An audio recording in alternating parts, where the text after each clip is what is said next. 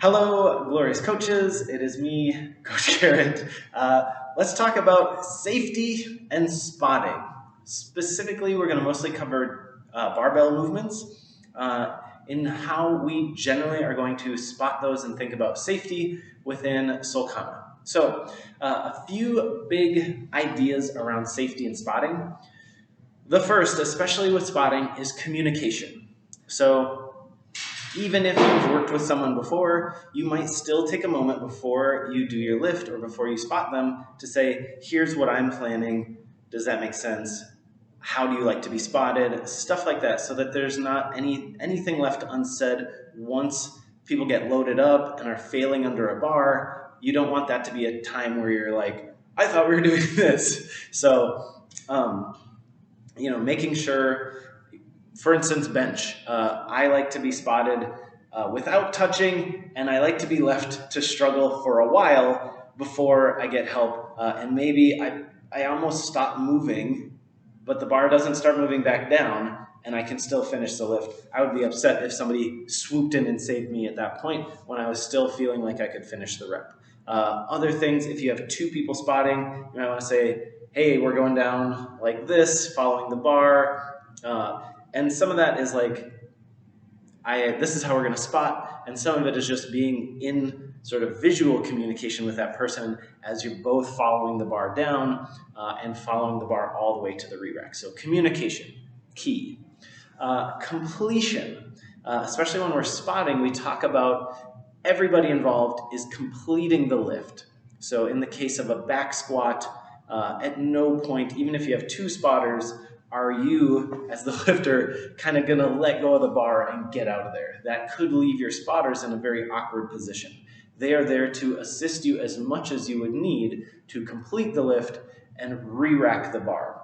That said, spotters are also not going to just sort of spot until the person mostly stands up and then kind of go off and do their own thing. They're going to watch to make sure the bar can be completely re-racked. That's where a lot of things can go wrong when spotting, specifically like a back squat. Somebody finishes their rep, they get to standing, but they're like a little wobbly and they maybe like lean forward just a hair too much and that bar just misses the J cup, and then suddenly they're in real trouble and the spotter has already turned away or something. So completing the lift is the job of the lifter. Completing the spot all the way to the re-rack is the job of the spotters. Communication, completion, safe space. Thinking about the area around you and what you're doing. So sometimes we pack in pretty tight with things like a deadlift or Olympic lifts or wherever. And we generally are still going to have enough space where there's 3 feet in front of us, the width of the bar, where we can drop the bar. And even if it rolls a little bit, we're going to be able to control the bar before it runs into our neighbor.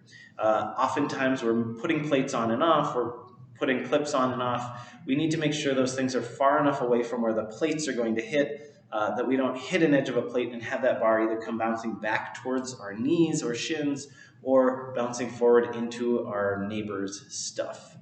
So just making sure, and like same thing with a Metcon, if somebody's doing sit-ups right in front of you and you're doing like snatches or whatever and you're going to be dropping or something, you just want to make sure that there's a buffer of comfortable, safe space so that there's really no chance and that people aren't feeling like they're going to get a bar dropped on them, even if they definitely are not. We want to be far enough away that people don't feel that threat. So plenty of room to drop the bar. In some cases, at some gyms, people might dump back squats. So that's just a thing to be aware of. They might not be coaching people to spot back squats, and they might actually get to fail and just sort of hop out and let the bar go off the back. That is a thing that some people do. It's okay for some people to do. We don't teach that because it doesn't fit with what most of our athletes are capable of at Sulcana, but just to be aware that that is a thing that sometimes people do. And again, it's about communication. Like, you might not want to be standing right behind someone if you know they're likely to fail on a rep of back squat and send a bar behind them. So working within people's needs. So at no point do we want to be progressing so far in weight or beyond what we're experienced for, that we put ourselves in danger. And that goes for spotting too. So if it's somebody's first class and they are like getting up and helping to spot a very seasoned lifter who is lifting a really meaningful amount of weight, every amount of weight is meaningful, but so relative to that spotter's strength, is the weight is heavy, that might not be the right fit. Similarly, when we're doing things like an overhead squat, where we start in the back rack position and then we're push pressing up to our overhead position, and then we're trying to catch that weight back on the shoulders before re-racking, that might be a place where somebody needs several weeks of exposure to what it's like to try to catch a bar on their back. Even if they're very strong, they might not be strong enough to overcome some bad choices or bad technique and end up having a bar slide off their back or crash onto their neck or something. So that's a place where even if the strength is there, the experience and the practice with the technique might not be there. So also limits of knowledge. We don't want to be going beyond our limits of knowledge. If we just don't know how to spot something, we don't want to be throwing people into situations where they might be expected to spot without really knowing how. So we have to make sure that instruction is there, the strength is there, and the experience is there, and move sort of slowly, step by step, into these more technical or more demanding movements and spotting those movements. Similarly, not barbell wise, but if we're doing kettlebells or dumbbells, sometimes we might be strong enough to like snatch a dumbbell or a kettlebell overhead, but if we don't have the experience or the stability of what it's like to have that up there, we may get into some problems where we don't really know what to do with that. We don't know how to bring that down safely, and we can't really just drop a kettlebell from overhead and expect everything to be okay with that. They've got handles. They like to bounce in all sorts of different directions. So, it's, as coaches, we want to be guiding people towards appropriate challenges, not throwing them into challenges that are beyond them. Let's talk about some actual lift stuff. Two-person spotting, primarily we're thinking about back squat and bench press for that. So in our bench press, most people are going to be at a height where they can fully re-rack the bar from here. So we have two people on a person bench pressing on this bench, when they're locked out, I'm going to still be able to help even from here. If I was shorter, I might have trouble actually getting that bar up. And so depending on people's height, you might not expect someone to really be that helpful, especially with a really heavy bench, to be able to kind of curl that bar up to get it on the cup. So that's a place where just body geometry might come into play. Beyond that, we're probably not going to be like spotting the bar by like rounding at the back. We want to put ourselves into good position throughout. So we're probably doing something like a squat or like some combination of squat and hinge to follow the bar down. And when we are, especially when we're two-person spotting, we want to not touch the bar until we are called upon to do so. If one of us puts any pressure on that bar, it's going to start tipping that bar, and the lifter is going to feel it. It could actually cause injury or problems in the back if it's making their spine lean to the side under a heavy load. So we want to make sure we're not in the bar path, but we're right under the bar. We're either moving out of the way of the bar. So with a back squat, both people on both sides are going to have hands right under the bar. So if this was on someone's back, I'd be right here, right under the bar. But I would be so super laser focused on my lifter that every time they started to go down, I'd be ready to go down. And sometimes people come out of standing really fast. They really drop into that. So that's a place where you would want to know what your lifter looked like. So watching them through some of their warm-up sets and getting accustomed to that, and be able to match their pace so that you're very close to the bar but never touching it until called upon to do so. And then you and your partner spotter are watching each other so you can help at the same rate. So I'm not going to just ram up into that bar to spot. I'm going to watch and make sure that bar doesn't go down and crush my lifter, but that I'm not overpowering my partner. or that I'm not like hanging out down there longer than necessary, and then my partner is like having to really slow themselves down. We want to finish the lift at about the pace that would be normal and guide that bar all the way. So for a bench, probably we're here following the bar. For back squat, we're probably here following the bar. Are there some situations where we might use two people to spot an overhead squat or a front squat? Yes, but those are really unique, and we don't teach that at our gym. We teach dumping the bar for an overhead squat or a front squat, and I'll talk a little bit more about that later. I could see a situation where you two-person spot a front squat, or you two-person spot an overhead squat, where both people would be following the bar down like that. But again, that's like thinking about what are we doing here? If the bar is so heavy that we need a spot on something like that, like I could see wanting to have some support as you lower that bar back down to the shoulders to re-rack after an overhead squat. But again, if that bar is pretty heavy, we could just drop that from overhead. If we have heavy plates on it, we can do that over and over, and then we can receive help getting it back up onto the rack. Great.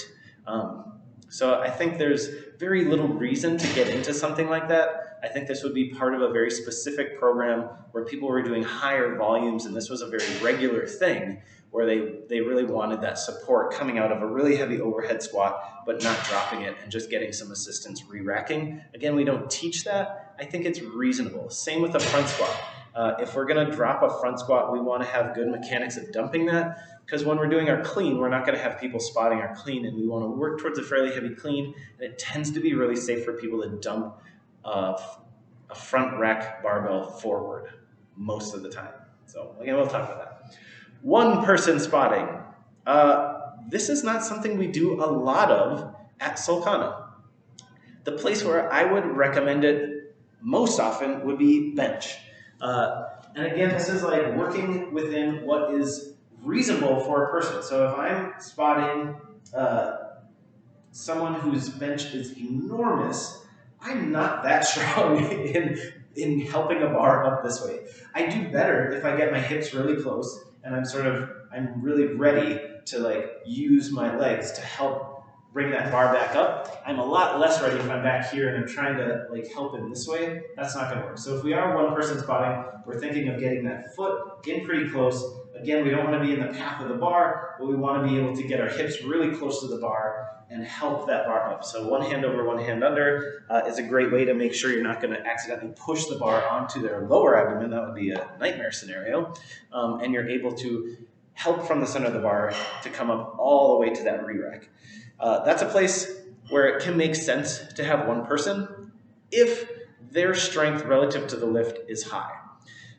If it is a situation where it's someone whose sort of relative strength is a lot lower than the person doing the bench, and it's a really heavy bench, you would not expect them to be able to confidently spot one person. You would want to have two people on that spot, and it's just going to be safer overall. But again, I think that's not something I would necessarily teach first. I would teach a two-person spot, but if it was a scenario where somebody was spotting one-on-one, I would just want to make sure they were doing it in a way that they were attentive, they were ready to come in and help assist with finishing the lift, again, all the way into the cups. That is a place where sometimes if people are working really hard, they might get here, and then as they go back, they might fail again. And again, the bar is, we're pressing here, but once we're trying to re-rack, that bar is coming up around the neck. We definitely don't want to miss a J-cup on the way back into the bar and have that bar come down when it's over our face or neck. So completing the lift as the lifter, completing the spotting means spotting all the way back into the fully racked bar. One person spotting of squats. This happens. It is definitely not something that we coach, but it's good to be aware of it. This is most likely to happen in a setting where people are doing lots of volume of Olympic lifts, front squats, etc., where a very experienced coach is going to help someone finish a lift. Most of the time, they're standing behind their lifter, and they're going to reach past the lifter and probably press up on the bar. This might be them pressing up on the bar through a back squat or a front squat. Sometimes people would help finish an overhead squat, probably by pressing up on the underside of the shoulder. Again, this is something we might see as coaches, probably in different settings. It's not something that's very safe to do in our setting. It's not something I would ever want a beginning lifter to be doing to another beginning lifter. It is really not something I would want even an experienced lifter to be doing with another experienced lifter here. It's probably something that a very experienced coach is going to be doing with someone they've been working with a long time, and they know exactly where that line is, where someone's going to need to dump, where they're going to be able to help them through that one last rep. So just knowing that it's out there, not something we're going to do. For our back squats, we're going to be doing 2 people squatting. For our front and overhead squats, we are mostly going to focus on dropping the bar. Speaking of which, dropping the bar. Let's talk about it. So there are 2 scenarios in which we would want to drop a bar. One is because we're done with our set and we want to put the bar down for reps. So deadlift, front squat, maybe front squat, cleans, snatches, overhead squat, maybe. So in that case, we typically request that people have 2 10s, 25s, or 45-pound plates on their bar. If they are going to make a practice of dropping the bar from overhead, from front rack, from top of deadlift position, we would want at least that on. The 10-pound plates will just buckle and it will destroy the 10-pound plates. Empty bar or metal plates on that bar, extremely noisy, disconcerting sounds. Also, 4 reps repeatedly is going to ultimately damage the bar and possibly the metal plates. So we don't want people to be just doing it as a practice without at least 2 10s or a 25 on each end of their barbell. But if people are kind of on the edge, they can use like the 22-pound bar with 25-pound plates versus a 35-pound bar and 10-pound plates. There's some like gray area math in there. Also, dumbbell, kettlebell, generally we're looking at controlling that to about the level of the knee with maybe a slight amount of drop. But if we can control that until it's almost to the floor, we can have a decent sense that it's going to hit the rubber flooring in a way that it's not going to bounce in some weird direction.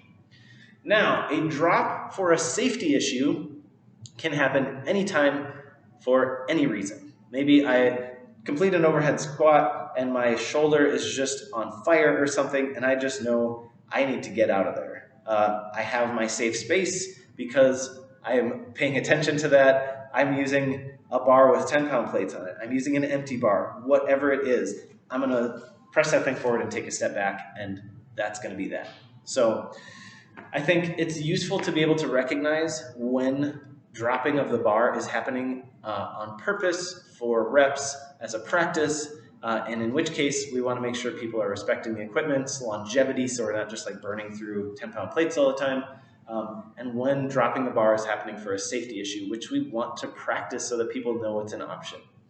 All right, so for dropping a bar, talking about practicing, if somebody is not to the place where they are lifting any bar with 25-pound plates, doing something like this, getting some pads on a lighter bar, could be a good way to practice most of these drops. I'm going to do all of these, and you can see that the bar is not really going to bounce anywhere after I drop it. So for deadlift, it's a great idea to have people just practice dropping the bar from standing. There is no need to push the bar out from our body. If it has plates on it, it's going to drop straight down. Typically, the fronts of our thighs are a little bit forward from our shins. And so if we have our safe space, we're not going to hit a plate and have that bounce back. It's going to drop straight down, and then I can take a little step back or whatever I need to do to feel confident. It is excellent to have people practice that a few times before they need to. If we're doing reps, so again, just from the top of our deadlift, just dropping that bar straight down. That is the practice for safety. We don't necessarily recommend that as a practice of getting out of every single deadlift, even if you have 25s or 35s or whatever, 45s, excuse me. If, as a practice, we're talking about reducing the amount of time spent working in the negative, we're usually thinking about pushing that bar down. So we're not really supporting the bar, but we are actively moving ourselves through that hip hinge so that we're not doing a lot of work, but we're not just dry firing the bow and having everything under a lot of tension and then just fully releasing that. I guess the one thing that could happen there is if somebody has a very knees forward initiation, they could end up sliding that bar down their legs in sort of a way that gets a little weird. So again, it's that reaching the hips back to initiate that movement of the drop. Great. Deadlift, fairly straightforward in that drop. Do it for reps, do it for safety. If people are just like, it's scary. So that's why we have earplugs. People can use those. It's a great idea to have people practice, and writing that into the programming, great thing to do. Front squat. We can do the same thing with this light bar in my front squat, thinking about what is going to happen if I try to stand up for my front squat. I am actually going to push my hips back and open up my arms. I don't necessarily want that bar to come sliding down into my lap. That could happen. I don't necessarily want my elbows to get locked into my knees here and have a lot of pressure on my wrists. So I'm thinking about probably my elbows are going to go inside my knees. It's possible that somebody's elbows would be wider and their knees would be narrower and they go outside. We don't want that bar to come down on the knees. It's probably not going to be that big of a deal if it does, but we can avoid that by just pushing the hips back. And even if somebody were to like kind of get up part of the way, do that, and then fall on their butt, that is better than other things that could happen, like rounding horribly through their lift, holding onto the bar way longer than they should, and ending up with some sort of back injury or something like that. So similarly, if we're finishing a heavy clean and we're up here, for safety, if we're just like, I do not know what I'm going to do with this, I got to get out of there, it might even require a little bit of a dip drive situation to get that bar off the wrist. That is a place, depending on where people are at with their front rack position, they could feel locked in here, and just letting that bar come down could end in a wrist injury. And so that little bit of dip drive to like get the bar off, or again, that hips back, getting the hands out of the way quickly, so that we're not allowing that bar to just press down into those wrists.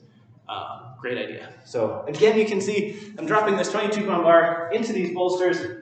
It is going nowhere. I want my bolsters to be close enough together for this kind of stuff so that I am in no danger of the ends not hitting the bolster. Similar for our snatch or our overhead squat.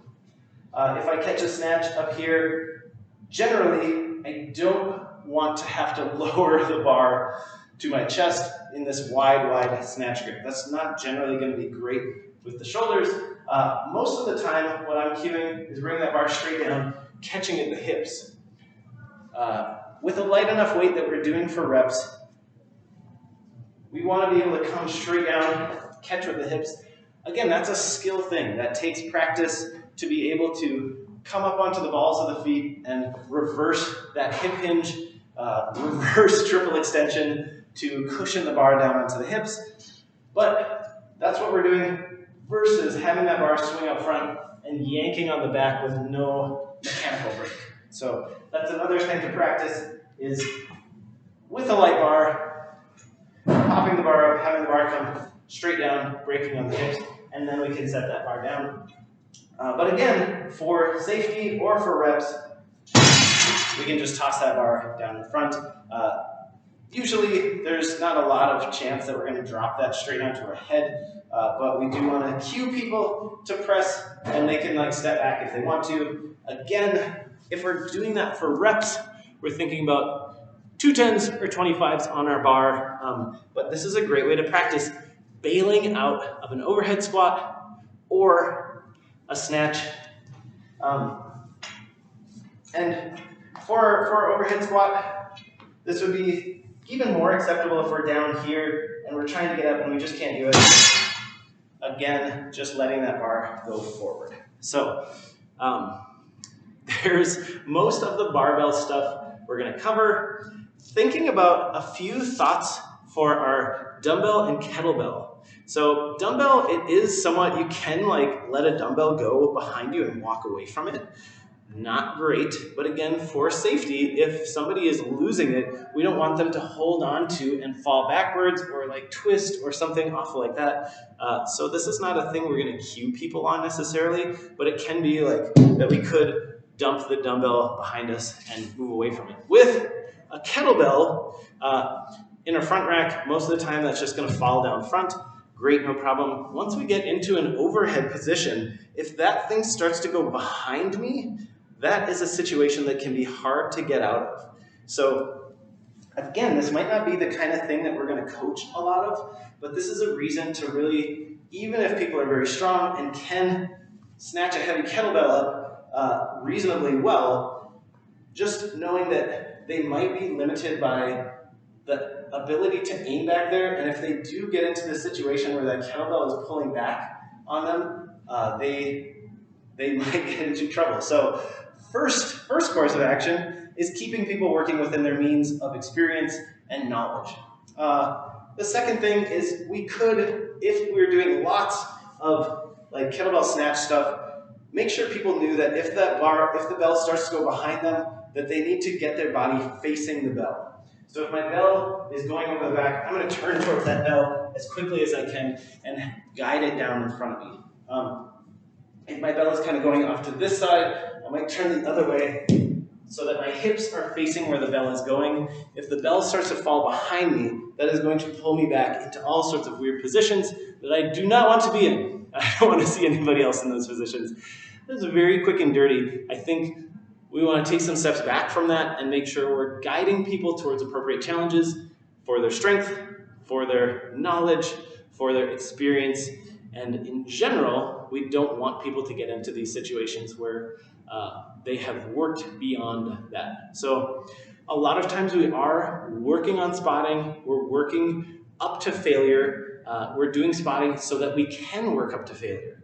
And that's great. We want to engage our spotters so that we can confidently lift past our ability safely. And then in some of these scenarios, we want to be ready for when we get just a little bit beyond our abilities and need that extra help. All right, I hope this has been helpful. Safe lifting, everybody. Woo!